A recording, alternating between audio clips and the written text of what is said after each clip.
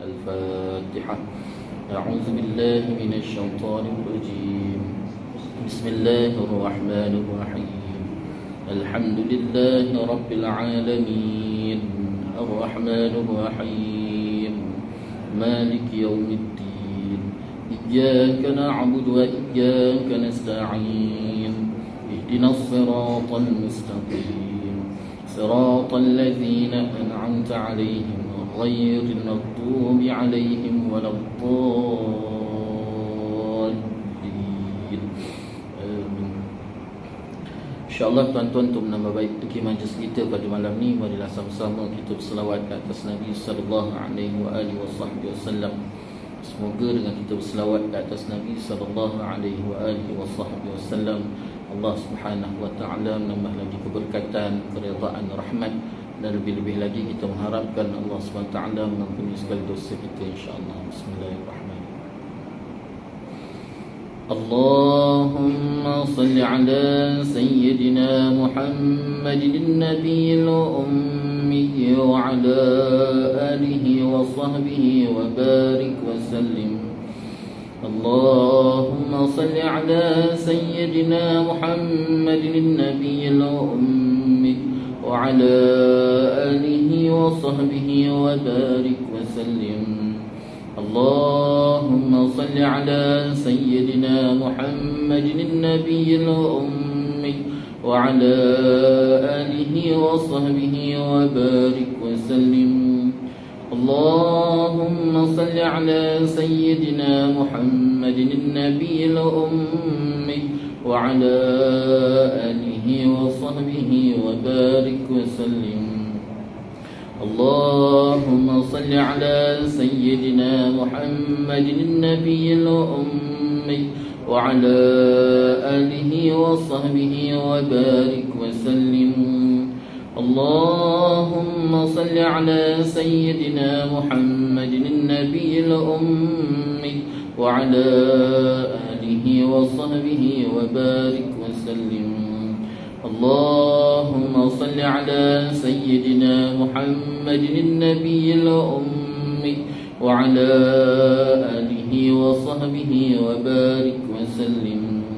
اللهم صل على سيدنا محمد النبي الأمي وعلى آله وصحبه وبارك وسلم.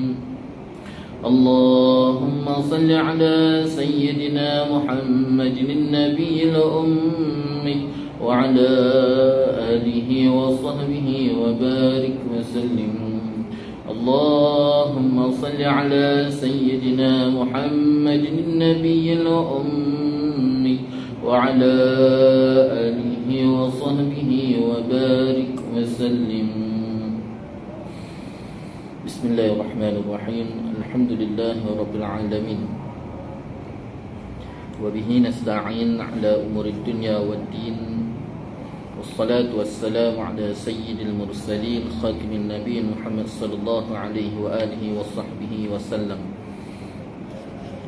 وعلى آله وأصحابه وتابع تابعا لهم بإحسان إلى يوم الدين. سبحانك لا علم لنا إلا ما علمتنا إنك أنت العليم الحكيم. رب اشرح لي صدري ويسر لي أمري واحلل عقدة من لساني يفقهوا قولي. رب زدنا علما وارزقنا فهما. اللهم يسر ولا تعسر. رب تمم بالخير. يا فتاح يا عليم افتح لنا فتوح العارفين. ولا حول ولا قوة إلا بالله العلي العظيم. ولا حول ولا قوة إلا بالله العلي العظيم. ولا حول ولا قوة إلا بالله العلي العظيم. أما بعد. قال الله تعالى في القرآن العظيم: أعوذ بالله من الشيطان الرجيم. بسم الله الرحمن الرحيم. ألم نشرح لك صدرك ووضعنا عنك وزرك الذي أنقض ظهرك ورفعنا لك ذكرك فإن مع العسر يسرا إن مع العسر يسرا فإذا فرغت فانصب وإلى ربك فارغب. صدق الله العظيم. Alhamdulillah, pertama-tamanya marilah sama-sama kita merafakkan rasa syukur kita ke hadirat Allah Subhanahu wa taala dengan keizinan Allah Subhanahu wa taala dapat sama-sama kita bertemu dan kita bersua lagi pada malam ini, dan sama-sama kita mengharapkan semoga Allah SWT senantiasa memberkati, merahmati, meredai, dan lebih-lebih lagi kita mengharapkan sangat-sangat pada Allah SWT. Allah SWT mengampuni segala dosa kita insya-Allah. Dan insya-Allah tuan-tuan, kita sambung lagi bacaan kitab Tanbihul Ghafilin, peringatan kepada orang yang lalai. Kitab yang telah dikarang oleh Abu Lail As-Samarqandi. Masih lagi perbincangan kita dalam bab yang pertama, iaitu Babul Ikhlas, bab ikhlas.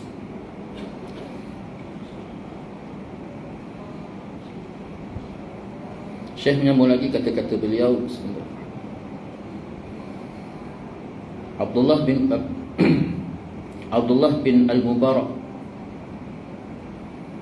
Abdullah bin Al-Mubarak meriwayatkan daripada Abu Bakar bin Maryam daripada Dhamirah daripada Abi Habib telah berkata, Rasulullah sallallahu alaihi wasallam telah bersabda,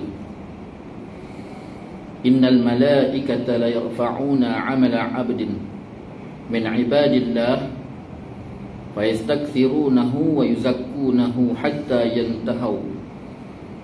yantahu bihi ila haitsu syaa Allah ta'ala min sultanihi fayuhillahu ilaihim innakum hafazatun ala 'amali 'abdi wa ana raqibun ala ma fi nafsihi inna 'abdi hadza lam yukhlis li 'amalahu faktubuhu fi sijjin wa yas'aduna bi 'amali 'abdin fayastaqillunahu wa yahtaqirunahu hatta yantahu bihi ila haitsu syaa Allah min sultanihi fayuhi Allah ilaihim innakum hafazatun ala 'amali 'abdi wa ana raqibun ala ma fihi nafsi inna 'abdi hadza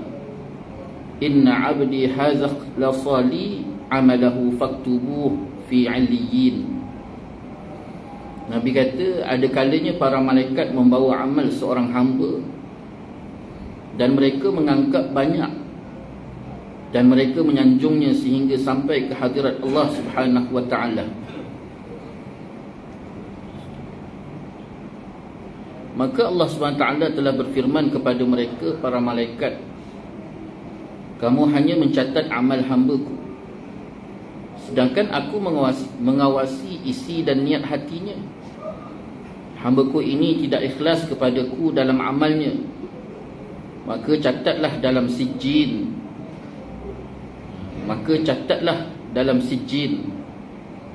Dan ada kalanya membawa naik amal hamba, lalu mereka anggap sedikit dan kecil sehingga sampai kepada Allah Subhanahu wa taala. Maka Allah SWT telah berfirman kepada para malaikat, kamu mencatat amal perbuatan hamba-Ku, tetapi aku yang mengawasi isi hati dan niatnya. Orang ini benar-benar ikhlas dalam amal perbuatan kepadaku. Catatlah amalannya dalam illiyin. Syekh menyambung lagi dengan datangkan satu hadis Nabi SAW daripada Abdullah Al-Mubarak, daripada Abu Bakar bin Maryam, daripada Dhamirah, daripada Abi Habib telah berkata, Rasulullah sallallahu alaihi wasallam telah bersabda. Rasulullah SAW gambarkan bagaimana para malaikat yang membawa amalan yang banyak sehingga dia menyanjung amalan tersebut di atas kepala. Dia bawa naik jumpa Allah Subhanahu Wa Taala dalam keadaan dia rasa seronok kerana melihat amalan tu terlalu banyak, amalan seorang hamba tadi. Tetapi bila tika manis sampai saja di hadapan Allah Subhanahu wa taala, lalu Allah Subhanahu wa taala perintahkan kepada malaikat yang menyanjung amalan setiap hamba tadi supaya dicatatkan pada sijjin. Kita ni tuan-tuan ada tempat illiyin dan ada tempat sijjin. Illiyin ni tempat yang paling tinggi di sisi Allah Subhanahu wa taala. Illiyin, sijjin adalah tempat yang paling rendah. Itu sebab pernah kita lihat diceritakan bahawa setiap hari amalan kita tu akan dibawa naik ke langit. Lalu bila sampai pada Allah membicarakan tentang ikhlas, ni tadi Ya, Allah Ta'ala akan lempar. Kalau katalah amalan tadi tidak ada keikhlasan, maka Allah Ta'ala perintahkan kepada malaikat supaya lempar amalan tadi serendah-rendah. Bahkan ada riwayat yang lain pula, Allah Ta'ala perintahkan supaya amalan tadi dilemparkan ke muka empunya amalan tadi. Ya, jika amalan tadi tidak mempunyai keikhlasan pada Allah SWT. Begitulah keadaan malaikat tadi. Bila dibawa pada Allah, dia rasa bangga, dia rasa seronok, kerana amalan tadi banyak dilakukan oleh seorang hamba tadi. Tetapi bila sampai di hadapan Allah SWT, lalu Allah perintahkan kepada malaikat tadi supaya dicatat amalan tadi pada sijil. Sijil, tempat yang paling rendah, maknanya tempat yang tak ada apa-apa, tempat yang tak baik, tempat yang hina. Lalu ketika itu malaikat bertanya, wahai Allah, kenapa nak diletakkan amalan ini di sana, dicatatkan di sijil, tempat yang paling rendah? Lalu Allah SWT kata, sesungguhnya engkau tak lebih hanya mencatat amalan, tetapi yang mengawasi amalan itu adalah aku. Aku lebih tahu. Aku lebih tahu, aku tahu amalan tersebut. Sama ada amalan tadi dilaksanakan dalam keadaan baik, ikhlas, sebagaimana yang diingini oleh Allah SWT, ataupun sebaliknya. Begitu juga bila jika mana amalan tadi, amalan seorang hamba tadi dibawa oleh para malaikat naik ke langit, nak dipersembahkan di hadapan Allah Subhanahu wa ta'ala. Tetapi malaikat merasakan biasa-biasa saja. Kenapa? Kerana amalan tadi sedikit saja. Tapi bila sampai di hadapan Allah Subhanahu wa ta'ala, lalu Allah Subhanahu wa ta'ala perintahkan kepada malaikat dicatatkan segala amalan tadi di Aliyin, satu tempat yang paling tinggi. Lalu malaikat bertanya, wahai Allah, kenapa nak dicatatkan amalan ini pada tempat yang tinggi, sedangkan amalan ini adalah amalan yang sedikit? Lalu Allah SWT sekali lagi berkata, sesungguhnya kerja engkau, wahai malaikat, hanya mencatat, tetapi yang mengawasi dan mengetahui hakikat di sebalik daripada amalan itu adalah aku. Jadi akhirnya malaikat tadi bawa amalan naik ke langit dan dicatat. Maksud dicatat Aliyin tu, amalan tadi diterima, dan jika dibawa ke sijil, maknanya amalan itu ditolak oleh Allah Subhanahu wa ta'ala. Jadi hadis ni Rasulullah sallallahu alaihi wasallam menggambarkan kita betapa besar dan pentingnya keikhlasan dalam diri kita dalam melaksanakan sesuatu amalan tadi. Sebabnya keberhasilan sesuatu amalan tadi dilaksanakan dua perkara. Nabi sebut dalam hadis yang lain, Nabi sentuh tentang masalah istiqamah. Nabi sebut walaupun sedikit, tapi istiqamah tu jauh lebih baik. Maknanya dua perkara sifat yang dituntut oleh Allah SWT ke atas kita. Pertama, ikhlas. Walaupun sedikit, ikhlas itu jauh lebih baik. Dan juga diselengkapi dengan istiqamah. Sedikit tapi senantiasa. Dan ikhlas dalam melaksanakan yang sedikit tadi, dibandingkan banyak tetapi dalam keadaan tidak ikhlas, dan juga dalam keadaan, kalau bahasa orang Melayu kita, angat-angat tai ayam. Angat-angat tai ayam macam mana? Suam-suam panas. Maksudnya bila dia nak buat, banyak dia buat, tapi bila dia tak nak buat, terus dia tinggal. Tak, Nabi kata sedikit yang istiqamah itu jauh lebih besar dibandingkan banyak tetapi angat-angat tai ayam, Nabi kata. Jadi dua perkara tersebut Nabi berikan penekanan kepada kita, tuan-tuan. Sebabnya setiap amalan yang kita laksanakan ni, bukan hanya sekadar amalan yang nampak, amalan yang nampak ibadah khususi, bahkan ibadah umumi. Tak kira apa sekalipun, daripada mula kita bangun tidur sampai kita tidur semula, daripada mula kita lahir sampailah kita mati, setiap pekerjaan yang kita laksanakan, ibadah yang kita datang masjid, kita laksana solat, kemudian kita duduk dalam majlis ilmu, diikuti dengan ibadah-ibadah yang lain, itu dipanggil ibadah khususi. Kita pergi kerja, kemudian kita makan, kita minum, kita pergi ziarah orang sakit, kita sedekah, kita tolong orang, kita dengar susah payah orang, sakit perit, maka itu dipanggil ibadah umumi. Setiap perkara tersebut dituntut ke atas kita supaya kita laksanakan betul-betul kerana Allah SWT, tidak kerana lain. Lebih-lebih lagi dalam konsep rumah tangga. Kerana rumah tangga ni tuan-tuan adalah tempat permulaan bagi segala pendidikan dan pentarbiahan. Dua. Pertama bermula daripada solat, dan yang kedua iaitu dunia rumah tangga tadi. Pertama solat. Allah mula mendidik dan mentarbiah, membentuk kepribadian seseorang itu untuk dibina iman dan juga akhlak dia bermula daripada solat. Kemudian direalisasikan melalui daripada rumah tangga. Bagaimana kita bawa dua keadaan ini, dua situasi, pertama solat dan yang kedua rumah tangga tadi.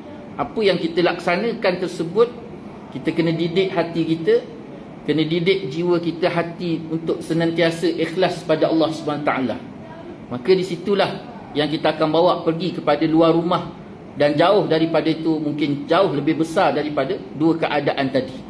Tapi kalau dua keadaan tadi bermula daripada solat, kita tak mampu datangkan keikhlasan dalam pelaksanaan tersebut, apatah lagi dalam konsep rumah tangga tadi. Kalau rumah tangga tadi sahaja kita tak mampu datangkan ikhlas, macam mana kita beri pada pasangan kita, macam mana kita beri pada anak-anak kita, maka ketidakmampuan membina ataupun membawa sifat ikhlas tadi benar-benar kerana mengharapkan redha Allah akan gagal untuk dibawa pada luar rumah. Itu sebabnya bagaimana kita lihat Rasulullah sallallahu alaihi wasallam ni tuan-tuan, dicontoh. Contoh Allah datangkan dia sebagai qudwatun hasanah, contoh yang paling terbaik. Tidak ada contoh yang jauh lebih baik daripada Nabi SAW. Tidak. Nabi didatangkan sebagai contoh, bukan hanya sekadar membawa risalah, tetapi dia menjadi contoh bagi setiap isi kandungan risalah yang didatangkan daripada Allah Subhanahu wa taala. Sebabnya pertama sekali Rasulullah SAW itu didatangkan sebagai seorang manusia, basyariah, manusia. Kemudian keluarganya itu pula keluarga manusia. Lalu penghidupan yang dilalui oleh Nabi SAW itu juga penghidupan sebagaimana manusia. Rasulullah makan, Rasulullah minum, Rasulullah SAW itu berumah tangga. Rasulullah pun ada masalah. Bahkan sampai tahap Allah nak jadikan Nabi SAW ini sebagai contoh tuan-tuan. Seramai mana sekalipun manusia dan seluruh permasalahan yang berbangkit dalam diri manusia yang ada di alam ini, semuanya terkumpul masalah tadi pada kehidupan Nabi SAW. Semua terkumpul pada Nabi. Kita tuan-tuan, masalah-masalah kita ni tuan-tuan, pening-pening kepala kita satu isteri. Pening-pening kepala kita satu isteri. Nabi SAW dia pening kepala tuan-tuan 9 isteri. Ada riwayat kata 9, ada riwayat kata 11. Allah datangkan isteri Nabi. Jangan kita kata isteri Nabi mesti yang terbaik. Tak. Allah tetap datangkan isteri Nabi sebagaimana isteri-isteri yang lain, untuk gambarkan kepada kita bagaimana Nabi SAW mendepani isteri-isteri dia, sehingga akhirnya apa yang Nabi laksanakan tadi menjadi contoh dan tauladan kepada kita, supaya kita dapat mengambil pengajaran dan akhirnya dapat diterapkan dalam kehidupan seharian kita. Ini tuan-tuan. Sebabnya 9 orang isteri Nabi, ni kita cerita bab rumah tangga Nabi. 9 orang isteri Nabi ataupun 11, riwayat kata, ada kata riwayat kata 9 orang isteri Nabi. Ada riwayat kata 11. 9 ataupun 11 orang isteri Nabi SAW ni tuan-tuan terbahagi kepada 2 kelompok. Nak sebut 2 kelompok. Bahasa apa sedap? 2 geng. 2 geng. Panggil 2 geng. Ada 2 geng. 2 kelompok. 2 geng. Yang muda-muda tuan-tuan, Sayyidatina Aisyah radhiyallahu anha, Hafsah radhiyallahu anha, yang jenis muda-muda tu satu kelompok. Satu kelompok yang lain pula yang tua-tua. Ummu Salamah, Saudah. Itu semua satu kelompok. Dan 2 kelompok ni tuan-tuan tak baik ni. Di antara satu sama lain ni tuan-tuan, dia cemburu. Dia tak baik. Sehingga sampaikan kepribadian mereka ataupun dia punya sifat mereka ni, Allah Ta'ala cela. Allah Ta'ala berikan peringatan kepada isteri Nabi SAW. Sampai Allah Ta'ala kata, kalau kamu dah tak suka dah jadi isteri Nabi, maka aku suruh Nabi cerai, dan akan aku gantikan isteri yang jauh lebih baik. Sampai macam tu. Masalah tuan-tuan. Sebabnya apa keperluan di situ? Allah nak datangkan contoh pada kita. Nabi pun lalui situasi macam kita, bahkan jauh lebih besar.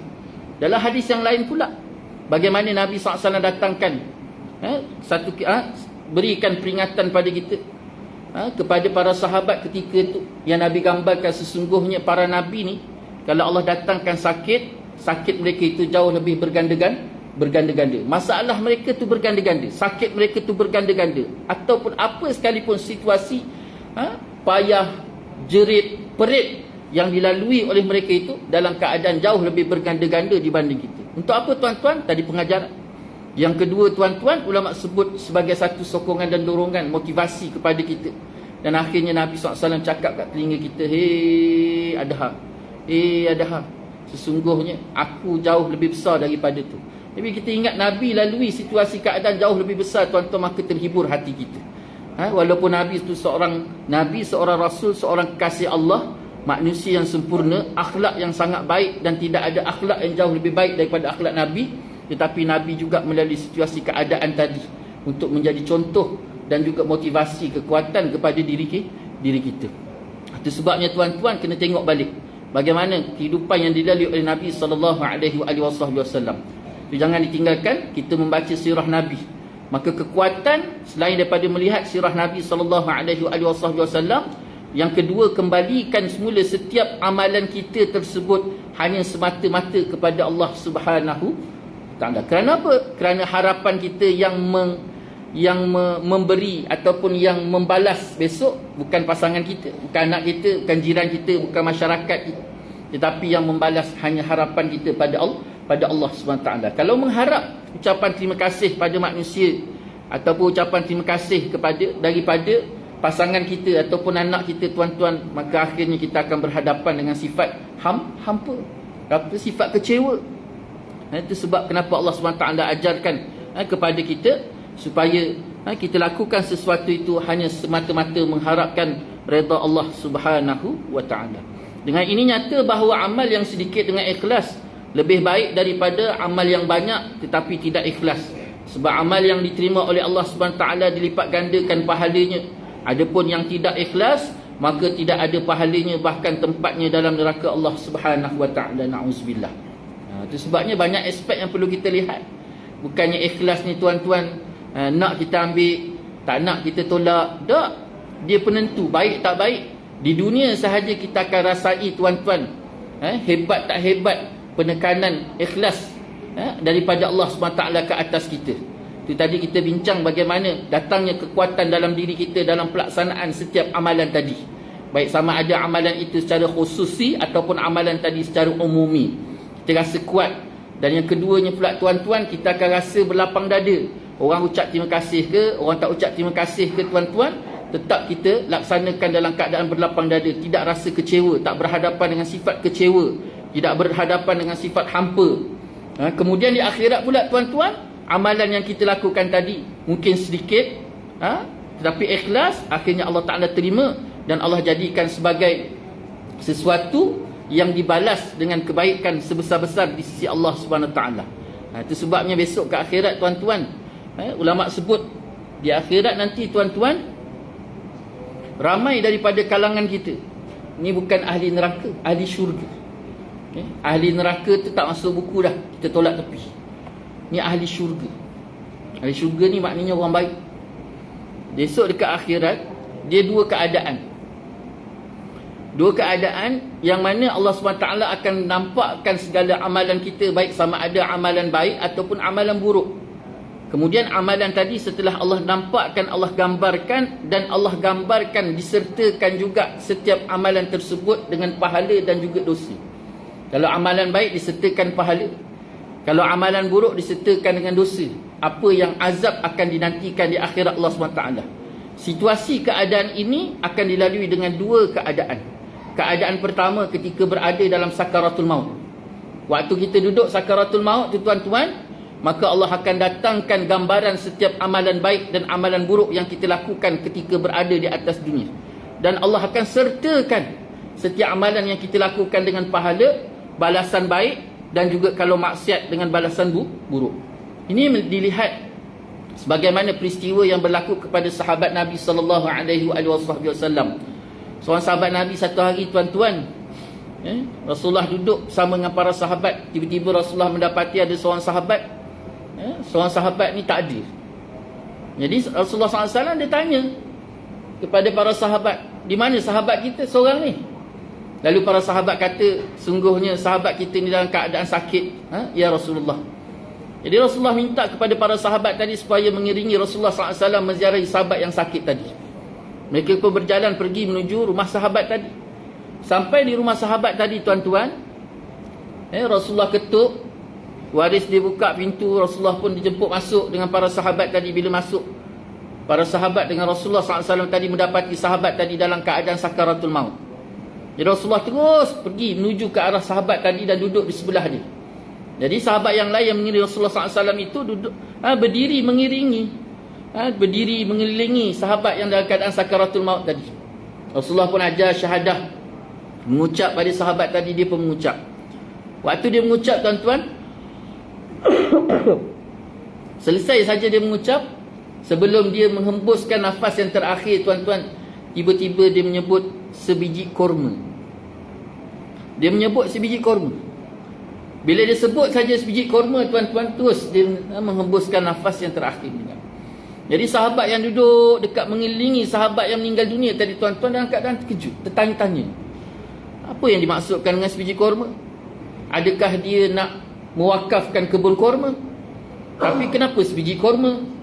Jadi persoalan demi persoalan tadi bermain dalam benak sahabat. Rasulullah SAW perintahkan kepada mereka supaya menguruskan jenazah sahabat tadi. Mandi, kafan, solat, kemudian dibawa ke pusara, ditanam. Selesai, tuan-tuan, pengurusan jenazah tadi, Rasulullah SAW dan para sahabat tadi balik. Di tengah-tengah jalan, tuan-tuan, Rasulullah mendapati sahabat dalam keadaan kerut, muka tertanya. Akhirnya Rasulullah tanya, kenapa? Lalu sahabat pun bertanya, ya Rasulullah, sebenarnya apa yang telah berlaku kepada sahabat kita yang meninggal tadi? Sebelum dia menghembuskan nafas terakhir, disebut sebiji tamar, sebiji korma. Jadi Rasulullah pun menceritakan, sesungguhnya sahabat kita ni beberapa tahun yang lepas dia berpuasa. Jadi waktu dia nak berbuka tu, tiba-tiba seorang lelaki sahabat datang. Dia nak berbuka tu, tiba-tiba ada seorang sahabat datang, menyapa dia dan beritahu dia dia tidak ada makanan nak berbuka. Sedangkan ketika tu, tuan-tuan, sahabat tadi duduk dalam keadaan nak makan berbuka tu, di tangan dia tu pun hanya ada sebiji tamar. Di tangan dia tu pun hanya ada sebiji tamar, tuan-tuan. Jadi akhirnya, tuan-tuan, dipatahkan tamar tadi, dibahagi dua, dikerat dua, tuan-tuan. Setengah dibagi pada sahabat tadi, dan setengah lagi, tuan-tuan, dimakan. Baik tak? Baik tak? Baik. Dah baik sangatlah, tuan-tuan. Tapi Rasulullah SAW kata apa? Ketika dia berada dalam sakaratul maut tadi, Allah SWT menggambarkan kepada sahabat tadi setiap amalan baik dan amalan buruk yang dilaksanakan ketika berada di atas dunia dulu. Lalu setiap amalan tadi Allah sertakan pahala dan kebaikan apa yang dia akan dapat di sebalik daripada amalan baik yang dilaksanakan. Dan amalan buruk pula Allah sertakan dosa dan juga azab yang menanti. Jadi salah satunya Allah gambarkan tentang peristiwa dia memberikan setengah ataupun sebahagian daripada tamar tadi kepada sahabat. Allah gambarkan kalau katalah setengah lagi tu, tuan-tuan, sebahagian lagi yang dia makan tu, sebahagian tu pun dia bagi pada sahabat tadi, maka Allah SWT akan jadi dan binakan 2 buah istana di dalam syurga nanti. 2 buah istana. Kalau katalah setengah yang dia makan tu, tuan-tuan, dia bagi juga pada sahabat tadi, maka Allah akan binakan 2 buah istana di akhirat nanti. Yang akhirnya dia rasa terhadu, dia rasa kecewa, dia rasa apa? Rasa hampa, rasa menyesal. Menyesal dia tak bagi setengah tu pun dia bagi. Ni bagaimana keadaan, tuan-tuan, besok ke akhirat. Situasi itu berlaku kepada kita. Bermula daripada ajal, sakaratul maut. Kemudian di akhirat pula, tuan-tuan. Di akhirat nanti Allah Ta'ala ulang sekali lagi. Bagaimana dipernampakkan, diperlihatkan kepada kita setiap amalan yang kita lakukan. Dan ketika itu bukan hanya sekadar balasan bagi setiap amalan, tetapi Allah Ta'ala buka juga hikmah di sebalik daripada apa yang Allah beri pada 2 tangan kita. Allah buka hikmah pula. Hikmah ni macam mana, tuan-tuan? Contoh. Ni contoh. Contoh tak ada kena mengenai yang hidup ataupun telah mati. Hanya rekaan semata-mata. Jadi waktu muda-muda dulu, kita balik cerita 30 tahun lepas, sebelum kahwin dulu tuan-tuan, bercinta dengan seorang si A, bercinta dengan si B. Si B ni pula orangnya baik, rupanya ada, handsome. Ni bagi mak lah. Kalau bagi abah pula, perempuan tu cantik, rupanya macam Jui Chola. Kalau dululah zaman-zaman kita Jui Chola, kan? Kak? Masya Allah. Jadi tiba-tiba masa waktu nak nikah tu, hampir nak kahwin tu, putus. Bukan baik saja, bukan ada rupa saja, baik, bahkan solehah. Kalau lelaki pula soleh, lelaki pula soleh, tak kedekut. Sekali bila sampai waktu nak hampir perkahwinan, putus. Dah putus tu pula, tak lama selepas tu kahwin. Tiba-tiba sampai jodoh kahwin pula. Kalau katalah mak yang kahwin, dapat abah pula dah lah hitam. Lepas tu kedekut tak hidung asin, tangkai jering. Dah tangkai jering pula baran. Baran DB, tak ada salah sikit, tertengking, dergek ni. Tak ada romantik langsung. Hidup pula sampai 30 tahun, tunggu mati tak mati-mati. Tunggu mati tak mati-mati. Bangun-bangun dia herik. Bangun pagi dia herik dah.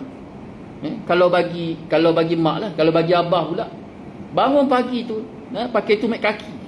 Dia tolaknya laki dia tu pakai tumit kaki. Bangunlah. Oh tu. Kan, pagi-pagi susah nak bangun, dia kata. Macam-macam situasi. Sampai tahap kita tu mandang si abah tadi, mandang mak, pelik lah, macam manalah aku boleh kahwin dengan si tua ni, dia kata. Kan? Mati pula tak mati-mati. Kenapalah aku tak kahwin dengan si Pulan sebelum dulu, kan? Nanti dia akan bermain benda tu. Persoalan demi persoalan akan dimainkan. Kenapa macam ni? Kenapa macam ni? Lepas tu nak jadi cerita pula, jiran sebelah pula, pasangan dia baik.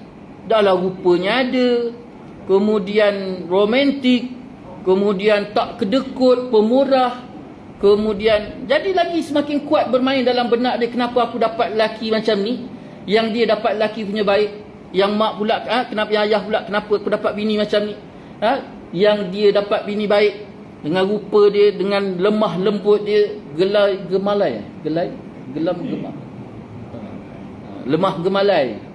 gemalai. Jadi tuan-tuan, persoalan demi persoalan dimainkan tadi. Dan sehingga akhirnya besok di akhirat, tuan-tuan, disebut oleh para ulama, ketika Allah Ta'ala buka dan perlihatkan segala amalan tadi, tuan-tuan, dan Allah sertakan setiap amalan yang Allah Ta'ala berikan tadi itu pula, dilihatkan juga apa yang dia akan dapat, dosa dan pahala, balasan tadi. Dan Allah buka yang ketiga, ulama sebut, iaitu Allah buka hikmah kenapa apa yang Allah Ta'ala bagi tadi. Setiap apa yang Allah Ta'ala bagi tadi, Allah Ta'ala buka hikmah. Kenapa dapat suami macam ni, kenapa dapat isteri macam ni, kenapa dapat anak macam ni, kenapa macam ni. Dan sehingga akhirnya, ni bukan cerita ahli neraka, ni ahli syurga ni. Yang melihat ni tuan-tuan, ahli syurga, yang memang dapat kebaikan. Ketika tu mereka sendiri pun mengetuk-ngetuk kepala mereka. Mereka mengetuk-ngetuk kepala mereka kerana apa? Rasa menyesal sangat di atas dunia dahulu. Mereka rasa tak berlapang dada untuk menerima segala apa yang diberikan oleh Allah Subhanahu Wa Taala. Itu sebabnya tuan-tuan, apa yang Allah Taala beri pada dua tangan kita ni tuan-tuan, walaupun mungkin pahit pada jiwa kita, pada hati kita, diri kita untuk menerima dia, tetapi tetap Allah berikan itu adalah sesuatu yang paling terbaik.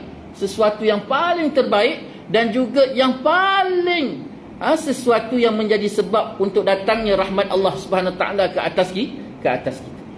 Itu sebabnya yang pahit itu hati kita. Bukan sebab benda yang didatangkan oleh Allah Subhanahu Taala pada dua tangan kita. Mungkin kalau kita dapat pasangan yang baik, membuatkan kita leka, lalai. Cuba bayangkan bagi orang yang dapat pasangan dia tadi dah lah hitam, kedekut, tangkai jering, bengis pula, baking. Orang Kelantan kata kan, baking. Orang Kelantan kata baking. Miskin pula. Dah lah miskin pula, pinjam lagi duit.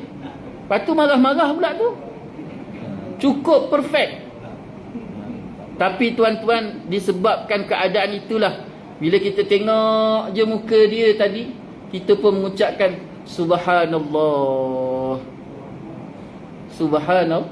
Subhanallah. Sama tak kita ucap Subhanallah dalam keadaan kita menerima pasangan yang baik tadi?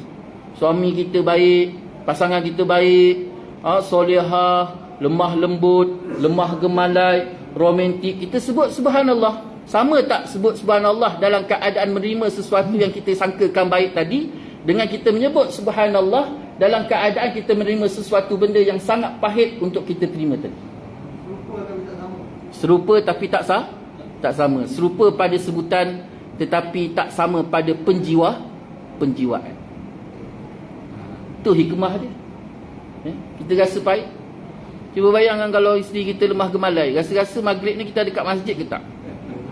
Abang tak pergi dah, duduk rumah. Tapi disebabkan baking sangat, jadi baik pergi masjid. Ni tuan-tuan, Abu Laib As-Samarqandi telah berkata, saya telah mendengar cerita daripada beberapa ulama dengan sanad mereka yang langsung daripada Uqbah bin Muslim, daripada Samir Al-Asabi, telah berkata bahawa ia ketika masuk ke dalam kota Madinah melihat seorang yang dikerumuni orang yang banyak. Lalu saya bertanya, siapakah orang itu? Jawab, orang-orang itu adalah Abu Hurairah radhiyallahu anhu. Maka saya mendekati kepadanya, saya tuntut engkau demi Allah, ceritakan kepadaku satu hadis yang telah kau dengar dan kau ingat langsung daripada Rasulullah sallallahu alaihi wasallam. Abu Hurairah radhiyallahu anhu telah berkata, duduklah, akan saya ceritakan kepada kamu satu hadis yang saya sendiri mendengar daripada Rasulullah sallallahu alaihi wasallam, yang waktu itu tidak ada orang lain bersama kami, kemudian menarik nafas berat lalu pengsan. Abu Hurairah tadi dia tarik nafas, belum cerita lagi, dia tarik nafas, dia pengsan. Kemudian setelah sedar Abu Hurairah tadi dan mengusap mukanya, dia berkata, akan saya ceritakan kepada kamu hadis Rasulullah sallallahu alaihi wasallam. Kemudian menarik nafas Abu Hurairah tadi dan langsung pengsan, kemudian sedar dan mengusap mukanya, dan dia berkata, saya akan menceritakan kepada kamu hadis Rasulullah sallallahu alaihi wasallam. Kemudian dia menarik nafas lagi berat dan pengsan agak lama, kemudian dia sedar lagi dan mengusap mukanya. Lalu berkata, Rasulullah sallallahu alaihi wasallam telah bersabda, innallaha tabaraka wa ta'ala idza kana yaumul qiyamah taqdi baina khalqihi fa kullu ummatin jathiyatin fa awwalu man yud'a bihi rajulun qad jama'a al-Qur'an wa rajulun qutila fi sabilillah wa rajulun kathirul mal fa yaqulu Allah ta'ala lil qari'i alam u'allimuka ma anzaltu ala rusuli qala bala rabbi qala famadha 'amilta fima 'alimta قال كنت أقوم به أناء الليل والنهار فيقول الله تعالى وتقول الملائكة كذبت بل أردت أن يقال فلان قريء فقد قيل ذلك ويقال لصاحب المال ماذا عملت فيما أتيتك به قال كنت أصل الرحم وأتصدق به فيقول الله تعالى كذبت وتقول الملائكة كذبت بل أردت أن يقال فلان جواد سخي فقد قيل ذلك ويؤتى بالذي قتل في سبيل الله فيقول له لماذا قتلت قال قاتلت في سبيلك حتى قتلت فيقول الله تعالى كذبت وتقول الملائكة كذبت بل أردت أن يقال لك فلان جريء فقد قيل ذلك ثم ضرب رسول الله صلى الله عليه وآله وصحبه وسلم بيده على ركبتي فقال يا أبا هريرة أولئك الثلاثة أول خلق الله تسعر بهم النار يوم القيامة قال فبلغ ذلك الخبر إلى معاوية فبكى بكاء شديدا وقال صدق الله ورسوله ثم قرأ الآية من كان يريد الحياة الدنيا وزينتها نوفي إليهم أعمالهم فيها وهم فيها لا يبخسون أولئك الذين ليس لهم في الآخرة إلا النار وحبط ما صنعوا فيها wa batilun ma kanu ya'malun. Sadaqallahul azim. Nabi kata apabila hari kiamat, maka Allah akan menghukum di antara semua makhluk dan semua umat bertekuk lutut. Dan pertama yang dipanggil ialah orang yang mengerti Al-Quran, dan orang yang mati fi sabilillah, dan juga orang kaya. Maka Allah menanya kepada orang yang pandai baca Quran, tidaklah aku telah mengajar kepadamu apa yang aku turunkan kepada utusanku? Jawab orang itu, benar ya Tuhanku. Lalu engkau buat apa terhadap apa yang telah engkau ketahui itu? Jawabnya, saya telah mempelajarinya di waktu malam dan mengerjakannya di waktu siang. Firman Allah Subhanahu wa taala, dusta engkau. Malaikat juga berkata, dusta engkau. Sebaliknya engkau hanya ingin disebut qari, ahli dalam Quran, dan sudah disebut yang demikian itu. Lalu dipanggil orang yang kaya pula dan ditanya, engkau telah berbuat apa terhadap harta yang aku berikan kepadamu? Jawabnya, saya telah gunakan untuk membantu keluarga kerabat dan juga bersedekah. Dijawab oleh Allah, dusta engkau. Juga para malaikat berkata, dusta engkau. Engkau berbuat itu hanya ingin disebut dermawan, iaitu bermurah hati, dan sudah terkenal sedemikian. Lalu dihadapkan orang yang mati berjihad fisabilillah. Ditanya, kenapa engkau terbunuh? Jawabnya, saya telah berperang untuk menegakkan agamamu sehingga terbunuh. Allah berfirman, dusta engkau. Dan malaikat juga berkata, dusta engkau. Engkau hanya ingin disebut pahlawan yang gagah berani, dan sudah disebut sedemikian. Azan.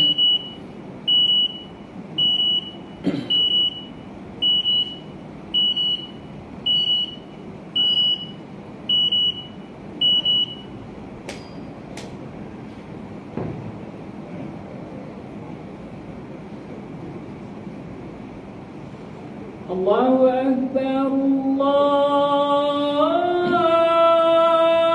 Allahu Akbar, Allahu Akbar, Allahu Akbar. Asyhadu an la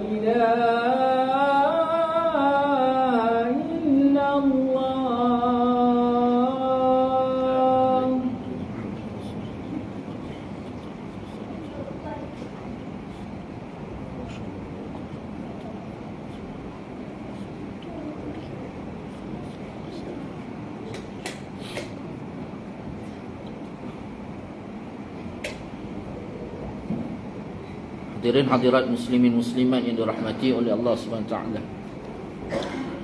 Abu Hurairah radhiyallahu anhu menyambung lagi. Kemudian Nabi SAW memukul lututku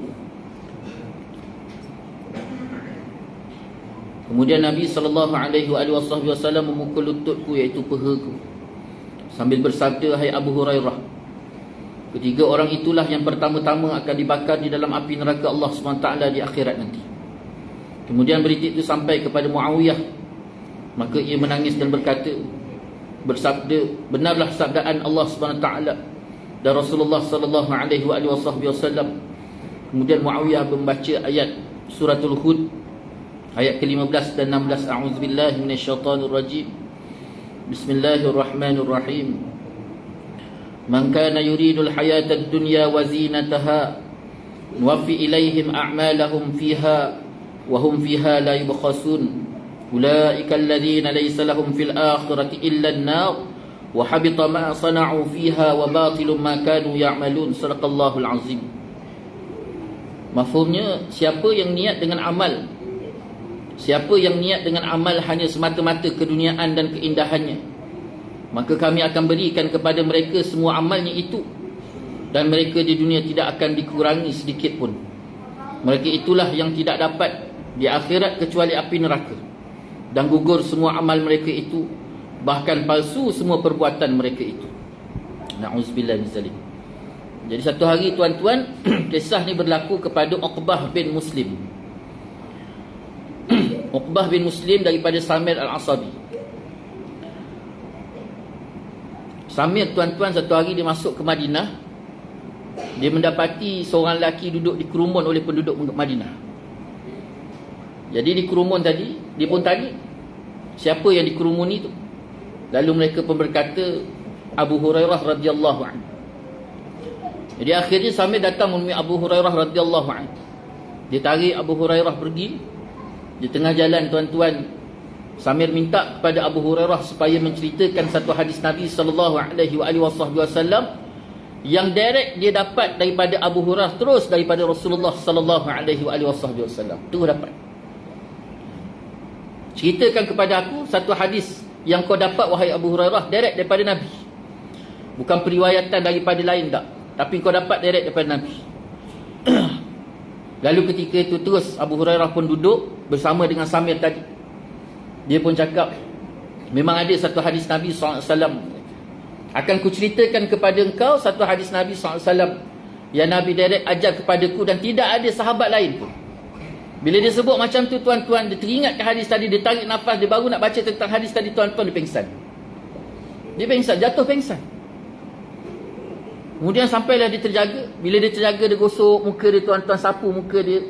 Kemudian dia cerita lagi, akan ku ceritakan kepada kau tentang hadis tersebut. Bila dia nak baca lagi hadis tadi, tuan-tuan, nak sebut saja, tuan-tuan, dia pengsan lagi. Pengsan lagi Abu Hurairah radhiyallahu anhu. Sampai kali ketiga. Sampai kali ketiga dia pengsan masa lagi panjang, tuan-tuan. Kenapa dia pengsan, tuan-tuan? Kerana hadis Nabi SAW terlalu berat dan cukup amat menakutkan. Akhirnya dicerita, Abu Hurairah ceritakan kepada Samir, sesungguhnya Rasulullah SAW bersabda, besok di akhirat, ketika Allah SWT bangkitkan kita manusia dan dihimpunkan, lalu golongan yang pertama akan dibangkitkan ataupun yang dipanggil terlebih dahulu ialah 3 golongan. Di akhirat besok akan dipanggil 3 golongan ni terlebih dahulu. Yang pertamanya si qari. Qari ni siapa, tuan-tuan? Orang pandai baca Quran. Yang kedua, tuan-tuan, iaitu orang yang kaya, yang ada harta.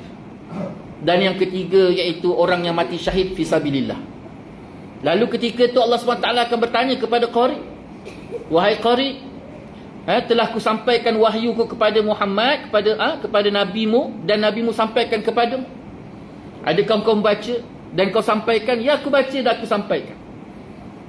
Lalu ketika itu Allah Ta'ala kata, kazabta, kau dusta. Sehingga kan kata-kata Allah SWT dusta tersebut pada lelaki tadi disokong pula kata-kata dusta daripada para malaikat. Benar kau dusta, dia kata. Benar kau dusta. Bukan kau mengharapkan kebaikan, tetapi kau mengharapkan supaya orang sekeliling kau panggil kau seorang qari, orang yang pandai baca Quran. Lalu Allah SWT panggil pula orang yang kedua, iaitu orang yang kaya, banyak harta. Allah Ta'ala tanya, ku berikan harta kepada engkau, kau buat apa dengan harta engkau? Lalu lelaki tadi kata, harta yang kau berikan kepadaku, ya Allah, telah ku nafkahkan kepada kerabat dan juga keluarga aku. Aku serahkan kepada mereka sebagaimana yang diperintahkan oleh engkau, wahai Allah. Lalu Allah Ta'ala kata apa? Kazabta, kau dusta. Lalu disokong kata Allah Subhanahu Ta'ala tadi dengan kata-kata malaikat, kazabta, kau dusta. Bukannya kau bagi, tetapi kau mengharapkan supaya orang sekeliling kau panggil kau seorang dermawan. Na'udzubillah min zalik. Allah panggil pula orang yang ketiga, iaitu orang yang mati syahid fi sabilillah. Allah Ta'ala tanya, apa yang kau buat di jalan Allah sehingga kau mati syahid? Aku mempertahankan agama. Aku mempertahankan agama kau, wahai Allah, sehingga aku mati syahid. Lalu Allah Ta'ala kata, kazabta, kau dusta. Dan disokong oleh para malaikat. Malaikat pun kata, kazabta, kau dusta. Bukan kau mengharapkan redha aku atas segala apa yang telah kau lakukan, tetapi kau harapkan orang panggil kau seorang pahlawan. Sehingga akhirnya Nabi kata ketiga-tiga tadi Allah Ta'ala campakkan ke dalam neraka Allah Subhanahu Wa Ta'ala. Kerana apa? Kerana mereka melakukan setiap perkara tadi, walaupun nampak zahirnya baik, tetapi hakikatnya bukan kerana Allah, tidak ada keikhlasan. Dan akhirnya amalan tadi tak lebih hanya Allah Ta'ala tunaikan apa yang dikehendaki sewaktu berada di atas dunia, dan Allah gantikan di akhirat dengan neraka azab Allah Subhanahu Wa Ta'ala. Kisah ni Abu Hurairah kata, aku telah ceritakan kepada Muawiyah. Lalu Muawiyah pun nangis. Dan akhirnya Muawiyah kata, benarlah apa yang telah diperkatakan oleh Allah Subhanahu Wa Ta'ala dan telah diperkatakan oleh Nabi SAW. Lalu Muawiyah baca surah Hud ayat ke-16, ayat ke-15 dan ayat ke-16. Yang mafhumnya, siapa yang niat dengan amal hanya semata-mata dunia dan juga keindahan dunia, maka kami akan beri kepada mereka semua amalnya itu. Dan mereka di dunia tidak akan dikurangi sedikit pun. Apa yang kita nak dekat atas dunia ni tuan-tuan, kalau buat untuk dunia, Allah bagi. Nak orang hormat kita, Allah bagi. Nak kerana kedudukan, Allah bagi. Nakkan kerana penghormatan, Allah bagi tuan-tuan, Allah bagi. Nak apa sekalipun, buatlah apa sekalipun, tujuan dan matlamat apa sekalipun tuan-tuan, Allah akan bagi. Itu maksudnya. Mereka itulah yang tidak dapat di akhirat kecuali api neraka, dan gugur semua amalan mereka itu, bahkan palsu semua perbuatan mereka itu.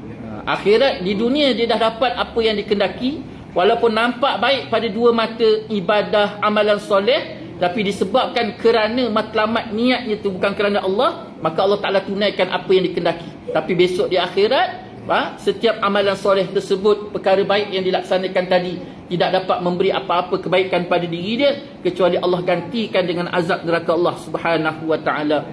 Na'udzubillahi min zalik. Kita minta sangat-sangat pada Allah Subhanahu Wa Ta'ala supaya Allah Ta'ala lindung kita daripada hati yang dikotori dengan maksiat, apatah lagi niat yang boleh merosakkan amalan kita yang kita laksanakan di dunia, lebih-lebih lagi kebaikan besok di akhirat Allah SWT. Kita harapkan Allah Ta'ala letak betul-betul hati kita dengan hati yang benar-benar ikhlas kepada Allah SWT, dan hati yang benar-benar mengharapkan redha Allah SWT. Dan akhirnya kita harapkan Allah redha kita di dunia, dan lebih-lebih lagi Allah redha kita di akhirat. Allah rahmati kita, Allah kasih dan sayang pada kita, keluarga kita, pasangan kita, anak keturunan kita, masyarakat kita, dan seluruhnya duduk dalam naungan rahmat Allah. Dan apa sekalipun yang Allah berikan pada dua tangan kita menjadi sebab untuk datangnya kasih sayang Allah dan redha Allah. Dan kita harapkan jangan sesekali Allah berikan pada dua tangan kita sesuatu yang mungkin nampak baik, tetapi menjadi sebab datangnya kemurkaan Allah SWT. Na'udzubillah min zalik. Rabbana atina fid dunya hasanah wa fil akhirati hasanah wa qina azabannar. Yang baik itu daripada Allah, yang tidak baik itu kelemahan saya sendiri. Saya mohon maaf di atas segala salah kata, salah bicara, mohon maaf di atas segala-galanya. Kita tangguh majlis dengan tasbih, kafarah dan salatul subhanakallahumma bihamdika asyhadu an la ilaha illa anta astaghfiruka wa atubu ilaik. Bismillahirrahmanirrahim. Wal 'asri innal insana lafi khusr illa alladhina amanu wa 'amilus solihat wa tawasaw bil haqq wa tawasaw bis sabr. A'udzu billahi minasyaitonir rajim. Bismillahirrahmanirrahim. Alhamdulillahi rabbil alamin. Wassallallahu ala sayyidina Muhammad wa ala alihi wa sahbihi wa baraka wa sallam. Allahumma rabbana hab lana min azwajina wa dhurriyyatina qurrata a'yun waj'al lil muttaqina imama. Rabbana la tuzigh qulubana ba'da idh hadaytana wa hab lana min ladunka rahmah innaka antal wahhab. Rabbana zalamna anfusana wa illam taghfir lana wa tarhamna lanakunanna minal khasirin. اللهم ربنا آتنا في الدنيا حسنة وفي الآخرة حسنة وقنا عذاب النار. وصلى الله على سيدنا محمد وعلى آله وصحبه وبارك وسلم والحمد لله رب العالمين. تقبل الله منكم وبالله توفيق الهداية. والسلام عليكم ورحمة الله تعالى وبركاته.